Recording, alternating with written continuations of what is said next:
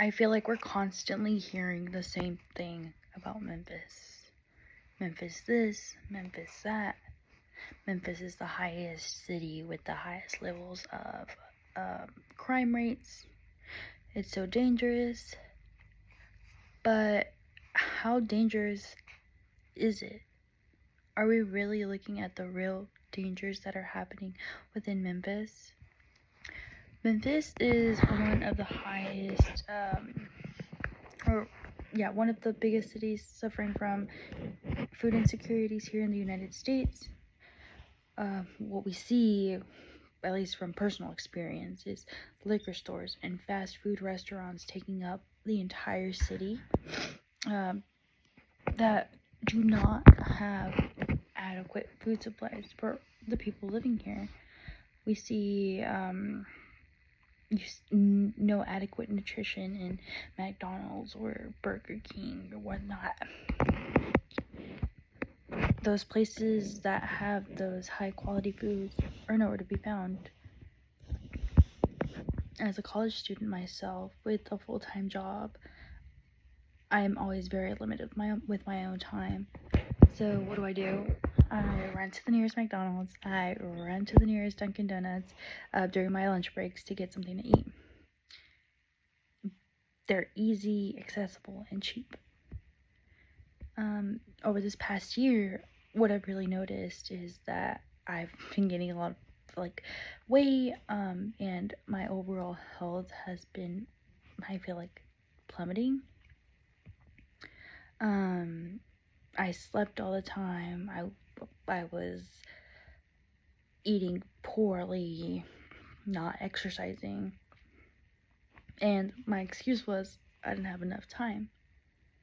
Not enough time. Oh, who in here also has that same excuse of not exercising or choosing to eat fast food because they don't have enough time? A lot of us. See, this is how we're all battling something so similar. We see these high numbers of people here in Memphis suffering from obesity and being overweight, and usually what we like to do is call them lazy, but those same people are just like us. They see the struggle of not having enough time, so they choose to do what's easier or more accessible to them. Over the past few weeks, I have noticed this downgrade per se of my own health. So what I have been doing is I've opted into changing my diet. I've tried going to the grocery store and buying my own food. It is an adjustment just because I have to wake up earlier or do it the night before where I have to meal prep my own food. But I would say that I do feel a lot better, even though I technically haven't lost any weight. I'm still in that same weight area. But I do want to say that small changes can make the biggest difference. So everyone should start making a small change and then seeing if that helps them in any way.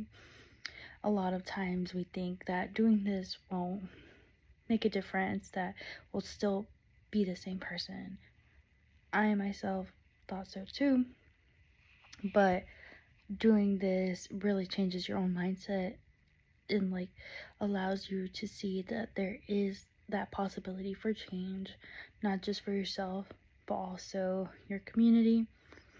By me changing my diet, I was also able to help my sister change hers as well. So I think we keep each other very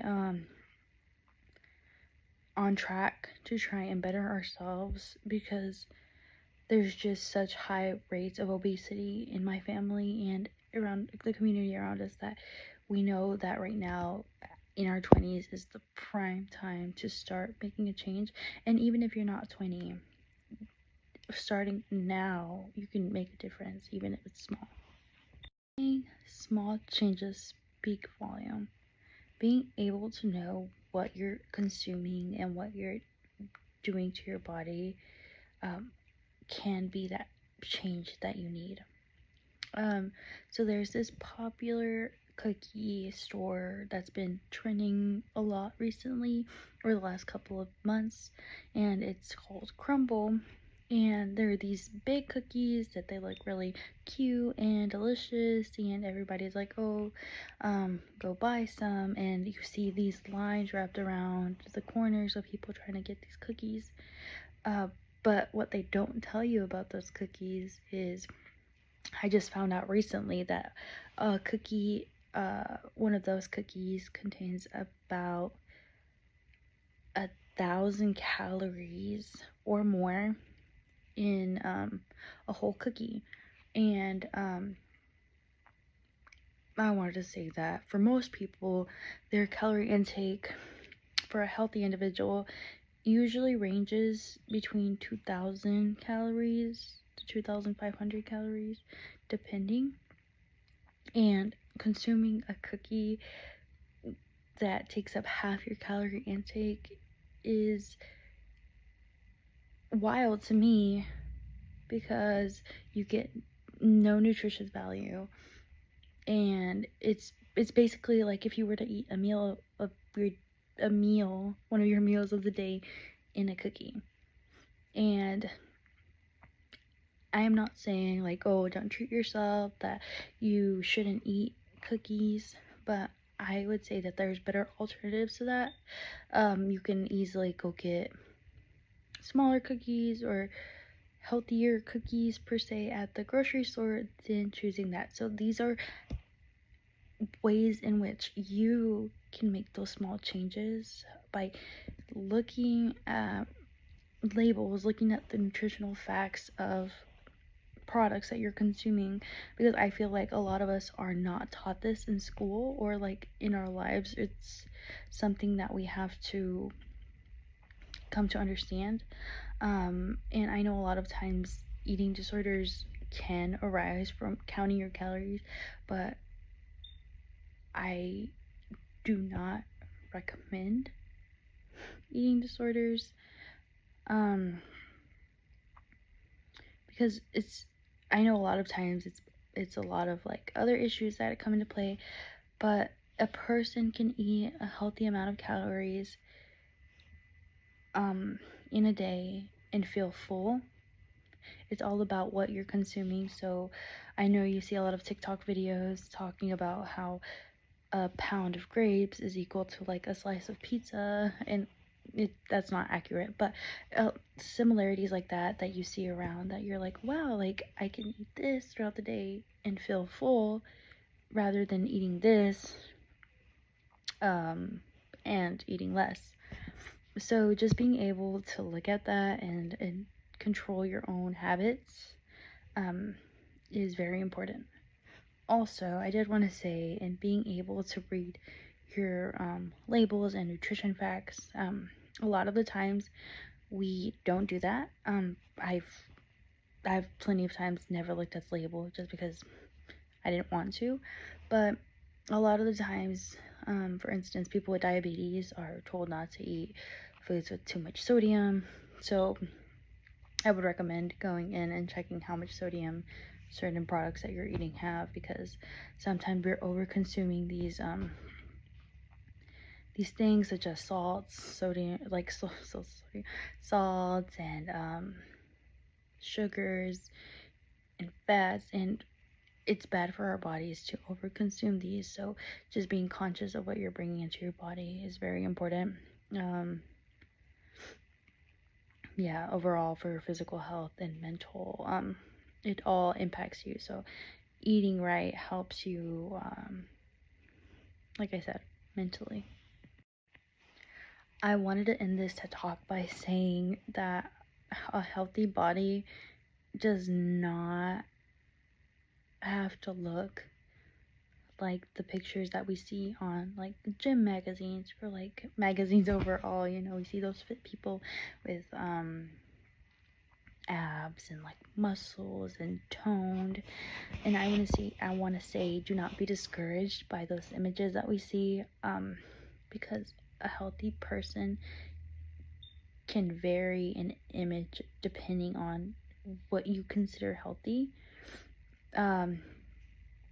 And what I would say is like being able to change up your diet even slightly, whether that be reducing your sodium intake or your calorie intake.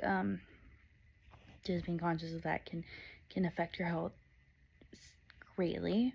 Also, being able to make that difference in like your lifestyle, such as like taking walks during your day or going on a run or things like that, can impact your body so much. And you can be a healthy individual even if your body does not look like somebody else's. So I want to say, don't compare. Comparing is our enemy. Sorry. So yeah, I want to discourage you guys from comparing yourself to other people, and tell you guys that healthy is achievable. Being healthy is, although there is like, some medical